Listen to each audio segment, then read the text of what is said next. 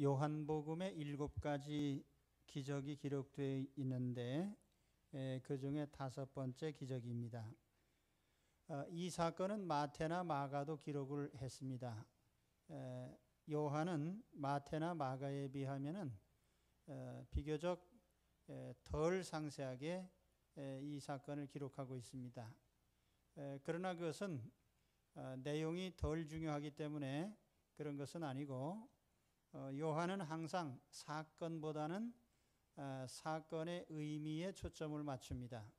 다시 말하면 이 사건을 기적을 일으키신 예수님이 누군가 하는 데 대한 초점을 맞추고 있기 때문입니다. 앞서서 보면 오병이어의 기적 후에 무리들이 예수님을 붙잡아서 임금을 삼으려고 했다는 얘기가 나옵니다.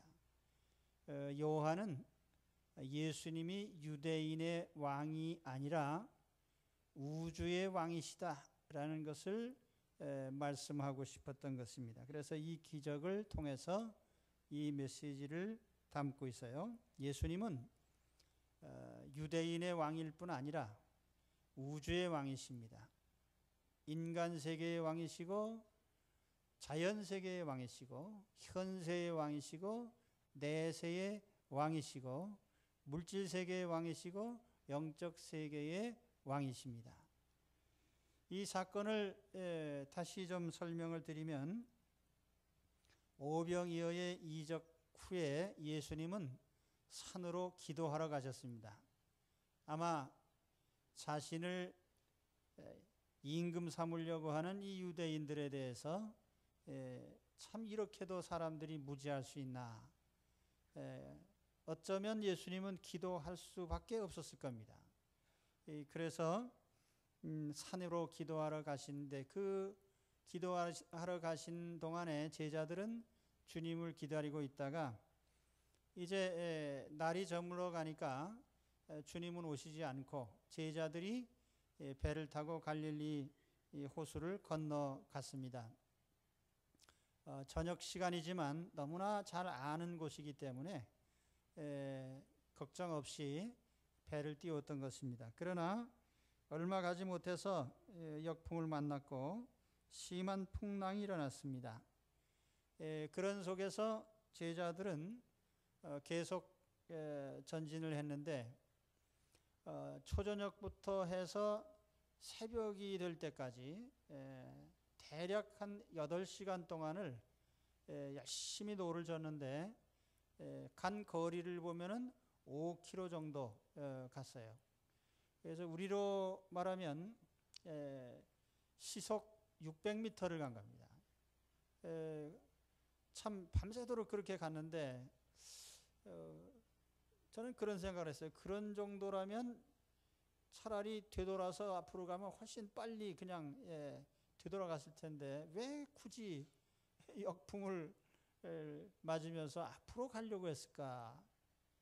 제가 개인적으로 생각하기는 아마 바람이 이리 불었다 저리 불었다 해가지고 갈까 말까를 계속 하면서 헤매지 않았나, 이런 생각을 해봅니다.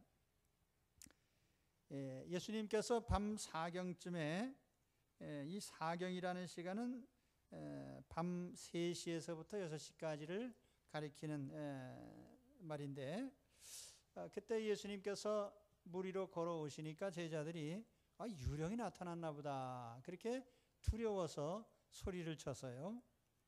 그때 주님께서 나다, 두려워하지 마라. 그래서 제자들이 예수님을 배로 모셨을 때에 바람은 잔잔해지고 목적지까지 안전하게 갔다, 그런 얘기입니다. 하나님은 이 이야기를 통해서 우리에게 뭘 말씀하시려고 하셨나? 저는 여기에서 한 서너 가지 내용을 말씀을 드리려고 합니다. 첫째는 풍랑 만난 제자들입니다. 풍랑. 해가 지고 어두워진 시간에 배를 띄우는 것은 상식에 어긋납니다. 그러나 제자들은 갈릴리 호수를 너무나 잘 알고 있었어요.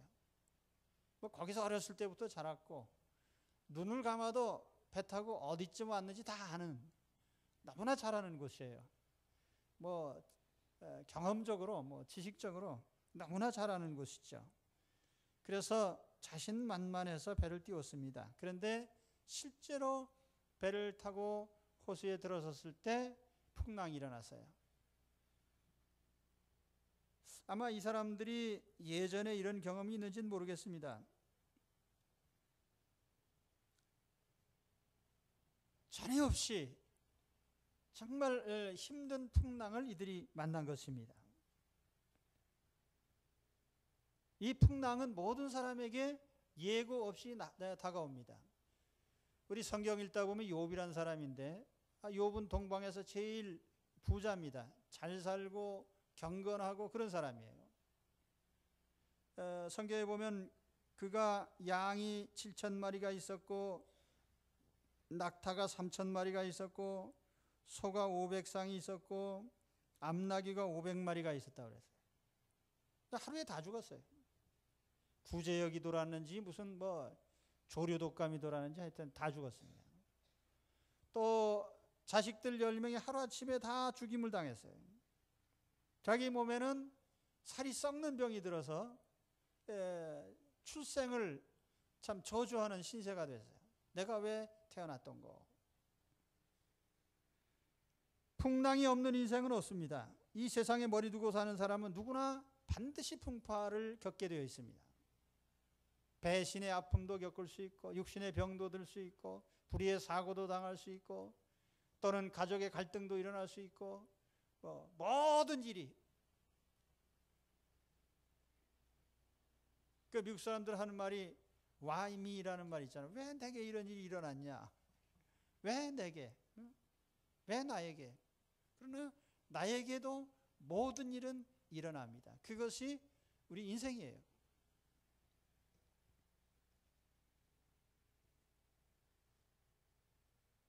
기왕에 우리가 풍랑을 만났으면 어떻게 해야 되느냐? 풍랑에 직면할 수밖에 없다는 거예요. 풍랑에 직면하라.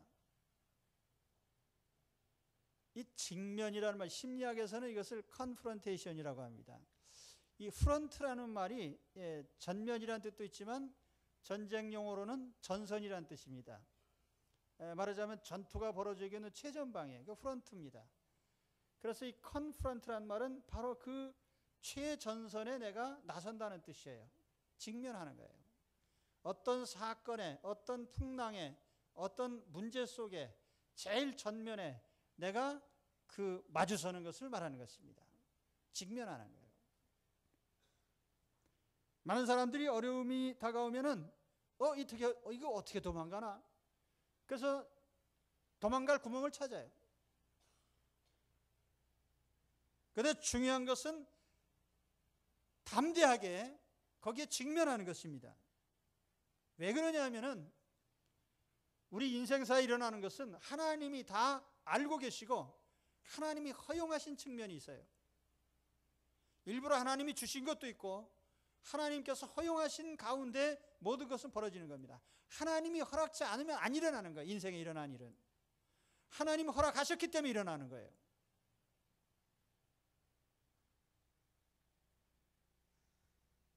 그럼 일단 내게 일어난 모든 일은 그것이 어떤 것이든지 하나님이 허락하셨다는 것을 우리는 인정해야 됩니다. 너는 내일 일을 자랑하지 말라. 하루 동안에 무슨 일이 일어날는지 내가 알 수 없습니다. 형통한 날에는 기뻐하고 곤고한 날에는 생각하라. 하나님이 이 두 가지를 병행하게 하사 사람으로 그 장래 일을 능히 헤아려 알지 못하게 하셨느니라. 내가 마음을 다하여 이 모든 일을 궁구하며 살펴본 적 의인과 지혜자나 그들의 행하는 일이나 다 하나님 손에 있으니 사람이 사랑을 받을는지 미움을 받을는지 사람이 알지 못하는 것은 모두 그 미래임이라. 미래는 알지 못한다. 말하면 하나님만이 아시도록 했고 그 여러분들이 궁금한 일이 있어가지고 점쟁이한테 돈보따리 싸가지고 가서 물어봐도 아무것도 모릅니다. 점쟁이한테 물어보실 일이 있으면 저한테 그 돈보따리 반만 가져와서 물어보시면 제가 50%의 확률로 말씀드릴 수 있습니다. 되든지 안 되든지 둘 중에 하나지요.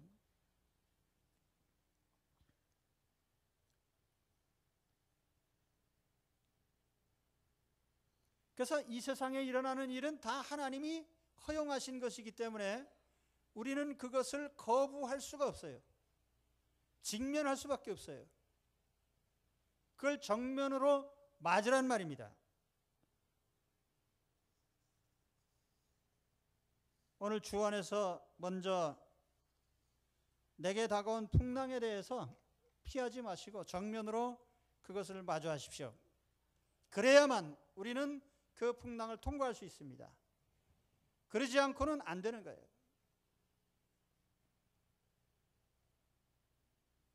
요즘도 정치적 상황을 보면은 어려움이 다가오니까 서로 난파선에서 도망치려고 야단해요. 직면하는 사람이 없어요. 그래, 이거 나 때문이다. 한번 해보자. 이런 사람이 없어요.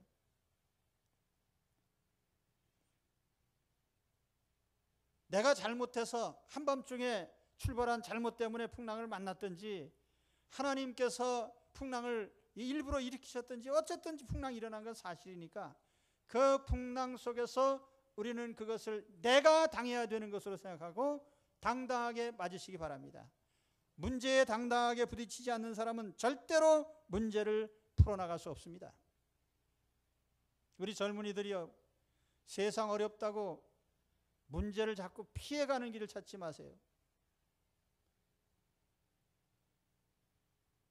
정면으로 통과하는 자만이 통과할 수 있습니다.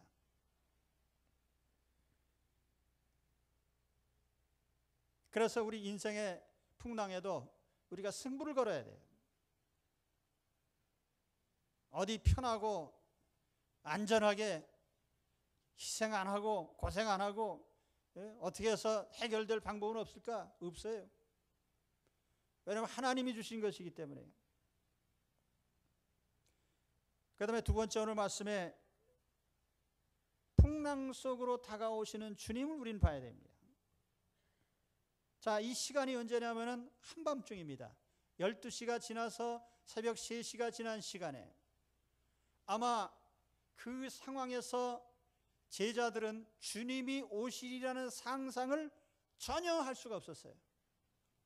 그거 맨 땅도 아니고 물 위로 주님이 어떻게 오십니까? 거기다가 그 시간은 한밤중이에요. 주님이 오실 시간이 아니라고 생각했어요. 그리고 그 상황은 풍랑이 일어나서 꼼짝도 못하는 상황이기 때문에 이런 데는 주님이 나타나지 않으시리라. 딱 머릿속에 벌써 그게 박혀 있어요. 인간의 선입견이죠. 우리 신앙은 우리의 이 선입견들을 다 제거한 자리에 들어옵니다. 자, 주님께서 그 시간에 나타나실까요? 나타나셨습니다. 왜냐하면 주님이 찾아오셨기 때문에. 우리 신앙의 출발점이 뭐냐 하면은 우리가 주님을 찾는 데서부터 신앙이 출발되는 게 아니에요. 주님이 찾아오시는 데서부터 우리의 신앙에 응답이 일어나는 겁니다.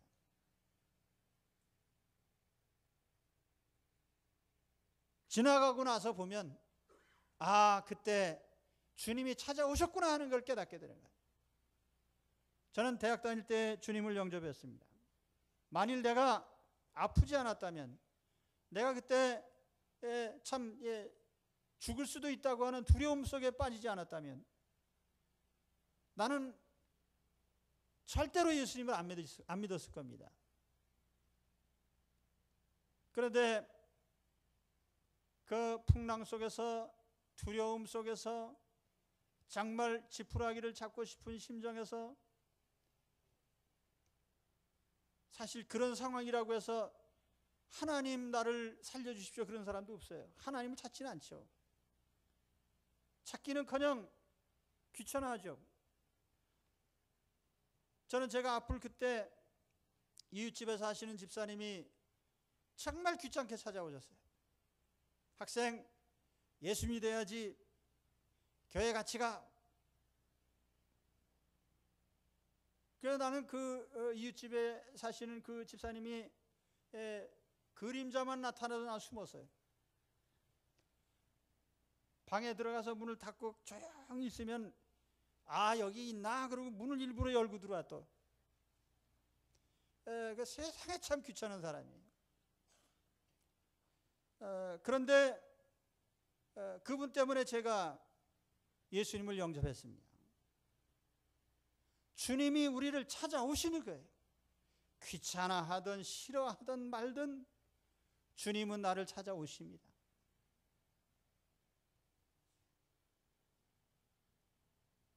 왜 아내가 그렇게 귀찮게 자기나 교회 댕기지? 교회 가자 그렇게 귀찮게 할까? 우리 젊은이들이 부모님들이 신앙에 대해서 얘기할 때 당신들이나 믿으시지 왜 자식에게 신앙을 강요하고요? 때가 있어요. 부를 때가 아니면 지나가 통과해 버립니다. 일생 동안 초청할 사람이 없어요. 주님이 찾아오시는 시간은 제한되어 있어요. 언제요? 특별히 우리가 풍랑 만났을 때 주님은 우리에게 더 가까이 다가오십니다. 그래서 성경에 보세요. 어떻게 해서 마태나 삭개오가 구원받아서요 세관에 앉아있다 주님이 찾아오셔서요. 어떻게 38년 된 환자가 구원을 받았어요? 주님이 찾아오셨으니까.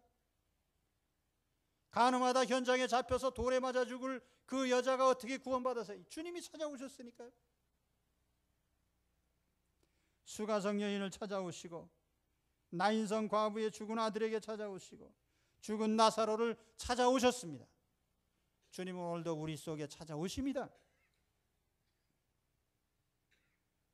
특별히 풍랑 만났을 때는 주님이 부르실 때입니다. 그때 주님이 가까이 와 계신 줄 여러분 믿으시기 바랍니다. 그때 우리는 주님을 영접해야 돼요. 주님이 다가올 때 제자들은 아이고 주님 이때 나타나셨습니까? 하면서 기뻐서 환영했나요? 오늘 말씀에 보면은 유령이다 그러고선 두려워 떨었다고 그랬어요. 이때까지 제자들이 예수님과 상당 기간 같이 지냈어요. 예수님의 실루엣만 봐도 알 겁니다. 또 예수님의 걸음걸이만 봐도 알 거예요. 아, 우리 주님이시다. 근데 왜 제자들은 주님을 유령이라고 하고 두려워했을까요? 그 상황에 주님이 나타나실 생각을 안 했기 때문에. 예? 주님이 다가오실 시간이 아닌데 왜 오셨을까? 주님께서 이런 상황에 어떻게 나타나실까?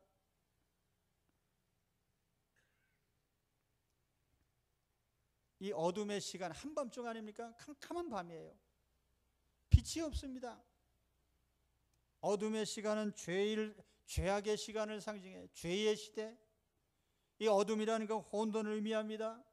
무질서, 혼돈.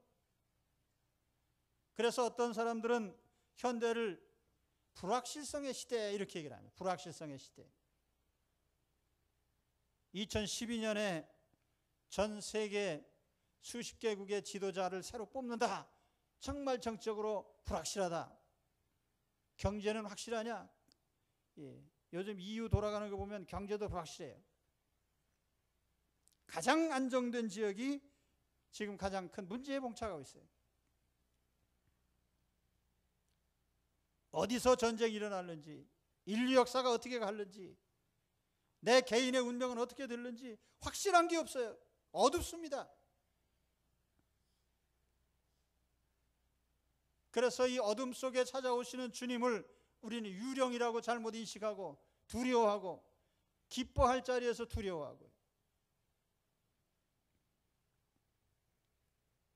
여러분, 설마 주님이 나의 인생에 여기까지 찾아오실까 생각하지 마십시오.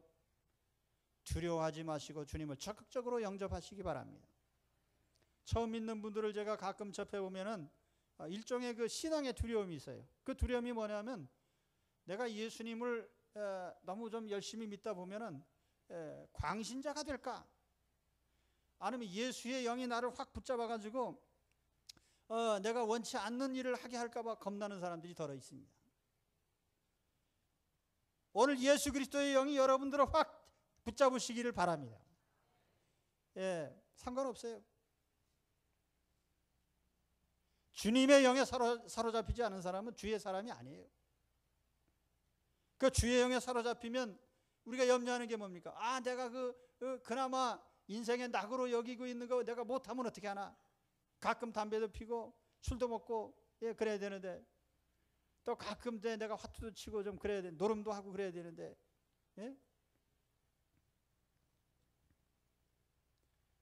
여러분, 예수 그리스도를 정말 중심에 영접하고 주님을 믿는 사람이라면 그런 것이 나에게 줄 수 있는 그 위로와 기쁨보다 천만 배 억만 배 더 큰 기쁨과 하나님의 은혜가 있는 줄을 믿으시기 바랍니다.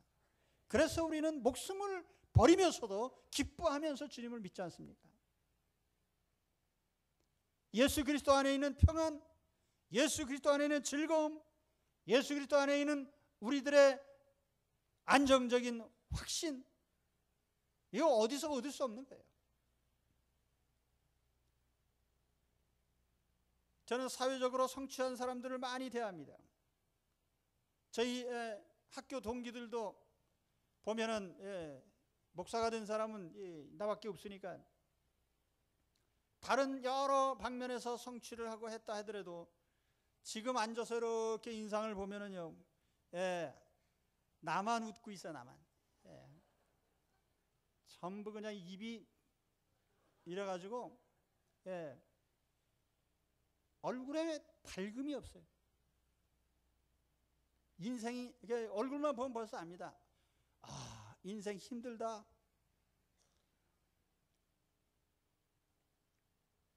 뭐 굳이 인생 힘들다고 설명 안 해도 돼. 예수 그리스도 안에 있을 때 우리는 항상 마음에 기쁨, 평안을 얻습니다. 그건 다른 것과 비교할 수가 없어요.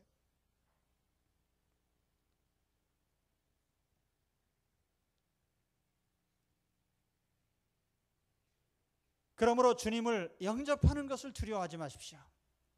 기꺼이 주님을 영접하시고 주님의 영에 사로잡히기를 자원하십시오. 그래서 예수 그리스도의 사람이 되시기를 바랍니다. 그래서 예수님을 믿는 사람들은 항상 마음에 그러한 간증을 하는 거예요. 고린도후서 3장 17절에 보면은 주는 영이시니 주의 영이 계신 곳에는 자유함이 있느니라. 자유함. 진정한 자유가 뭐겠습니까? 정치적인 자유인가요? 신체의 자유인가요? 거주 이전의 자유인가요? 영혼의 자유인 줄 믿으시기 바랍니다. 악한 영에 지배당하지 않는 자유예요. 죄 짓지 않는 자유예요. 저는 세상에 죄를 반복하는 사람들을 밤낮 듣고 봅니다. 아, 그 유명한 양반이 또 감옥에 갔네. 그 전과자들 보면 밤낮 죄 짓고 또 짓고 감옥 갔다 나왔다가 또 짓고 죄로부터 벗어나지를 못해요. 그게 무슨 자유입니까? 정죄로부터 자유롭지 못하고 죄의 사슬로부터 자유롭지 못하고 양심이 자유롭지 못하고 무슨 양심의 자유? 양심의 자유는요, 정치적 자유가 아니에요. 죄를 짓지 않는 것이 자유예요.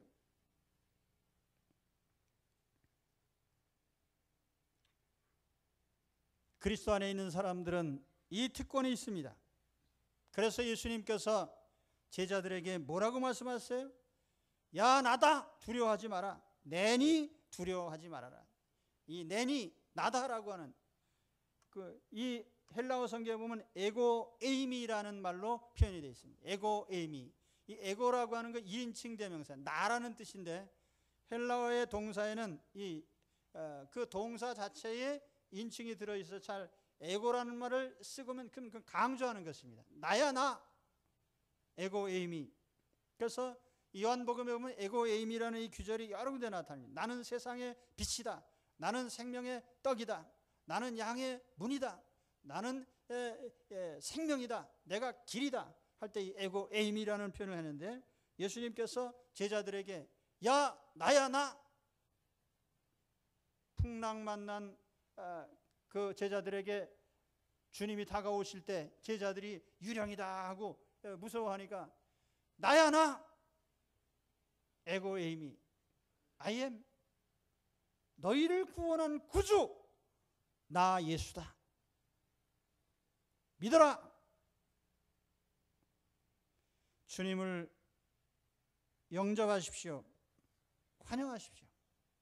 두려움 갖지 마시고 주님인 줄 알면 마음의 구주로 모셔드리시기를 바랍니다. 주님을 모셔드렸더니 셋째로 보세요. 예수님께서 어떻게 오셨어요? 이 풍랑을 밟고 오신 것에 우린 주목을 해야 돼요. 풍랑을 밟고 오신 주님이에요. 바다 위로.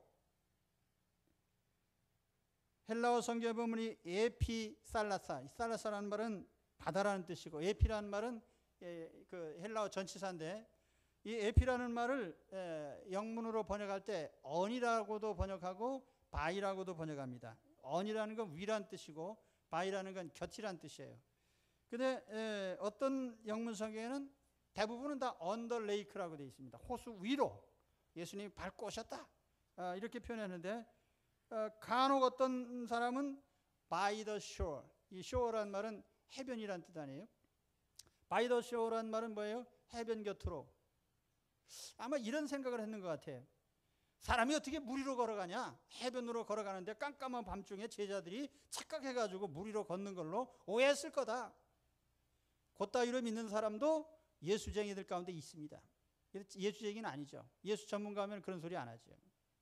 정말 예수 그리스도를 믿는 사람은 예수 그리스도가 우주의 왕이신 걸 믿기 때문에 물 위로 걸어오는 것을 분명히 믿습니다. 예수님은 세상의 어떤 풍랑도 발 아래 굴복시킵니다. 그 앞에 유대인들이 어떻게 했죠? 야, 저 예수님 붙잡아서 우리의 지도자로 삼자. 유대인이 왕 삼지 않아도 예수님은 본래 왕이십니다. 유대인의 왕이 아니라 인류의 왕이고 세계 역사의 왕이십니다. 유대인이 왕 삼지 않아도 예수님은 우주의 왕이고 자연계의 왕이고 영계의 왕이고 물질세계의 왕이십니다. 모든 것을 발 아래 밟으시는 왕이십니다. 그 제자들은 주님을 배 안으로 영접했더니 풍랑은 곧 멎었습니다. 마태복음 14장 32절에 보면 예수님께서 배 안에 들어오실 때 곧 풍랑이 멎었다고 그랬어요. 풍랑을 제압하신 겁니다. 풍랑을 다스리셨습니다. 제자들은 풍랑 만났을 때 1시간에 600m밖에 못 갔어요. 그래 주님이 배에 들어오실 때 풍랑은 잔잔해지고 소원의 항구로 안전하게 도착을 했습니다. 할렐루야. 시편 107편 28절에 보세요. 이에 저희가 그 근심 중에서 여호와께 부르짖음에 그 고통에서 인도하여 내시고 광풍을 평정히 하사 물결로 잔잔하게 하시는도다. 저희가 평온함을 인하여 기뻐하는 중에 여호와께서 저희를 소원의 항구로 인도하시는도다. 이런 인생이 되십시오. 풍랑 만나서 고생하다가 주님을 내 인생의 초청에 모셔드렸더니 주님이 오시는 순간에 풍랑이 제압되고 내가 소원의 항구까지 안전하게 인도되더라. 여러분, 소원의 항구가 어디입니까? 가까운 항구도 있고 멀리 있는 항구도 있죠. 제일 멀리 있는 건 천국입니다. 천국까지 가는 길 여러분 아세요? 세상에 아는 사람 없어요. 그래서 예수님 뭐라고 했습니까? 내가 곧 길이요 진리요 생명이니 나로 말미암지 않고는 아버지께로 올 자가 없느니라. 예수 그리스도 자신이 천국으로 가는 길이십니다. 가까운 인생의 목적도 마찬가지예요. 삶의 목적지가 어디입니까? 혼자 힘들게 가다가 좌초하지 마시고요. 예수 그리스도를 모시고 주님으로 인하여 평정히 소원의 항구까지 도달하시기 바랍니다. 그런 인생이 돼야 돼요. 이 말씀의 결론이 뭡니까?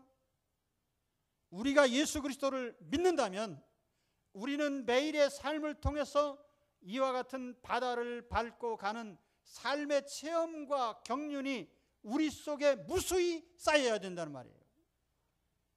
예수님을 10년 믿고 20년 믿었는데 풍랑을 밟기는 그냥 밤낮 풍랑에 빠져서 고생만 직싸게 하고, 그래가지고 어떻게 우리가 예수 믿는 증거를 되겠어요? 정말 예수님을 구주로 믿으신다면, 주님을 마음의 구주로 모셨다면 주님으로 말미암는 풍랑을 밟고 가는 이 체험이 오늘 내 삶의 현장에 매일같이 일어나시길 바랍니다. 매일 일어나야 돼. 매일. 내가 예수 그리스도를 모시고 영접했더니 내 인생의 길이 열리더라.